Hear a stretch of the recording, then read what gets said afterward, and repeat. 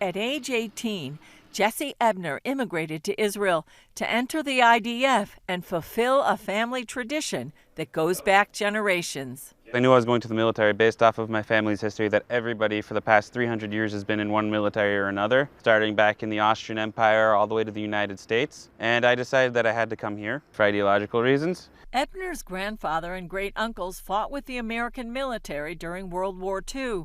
Those great-uncles helped defeat Nazi Germany and liberate the Dachau concentration camp. One brother was in the 101st Airborne. They liberated the Dachau internment camp.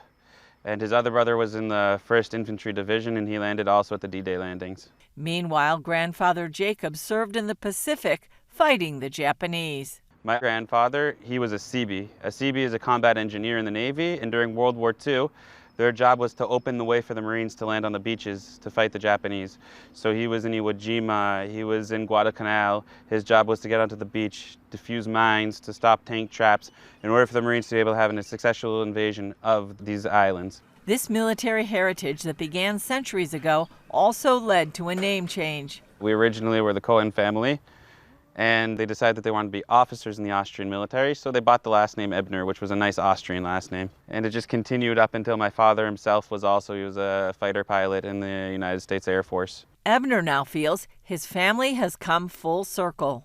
I think partially it was hearing about the experiences of my grandfather and his brothers to find something that I could fight for, and I saw Israel. It's our homeland, and it's something that we can fight for now, and it's something that exists. And it might have been something that 300 years ago my family would have liked to have done but did not have the opportunity to do it.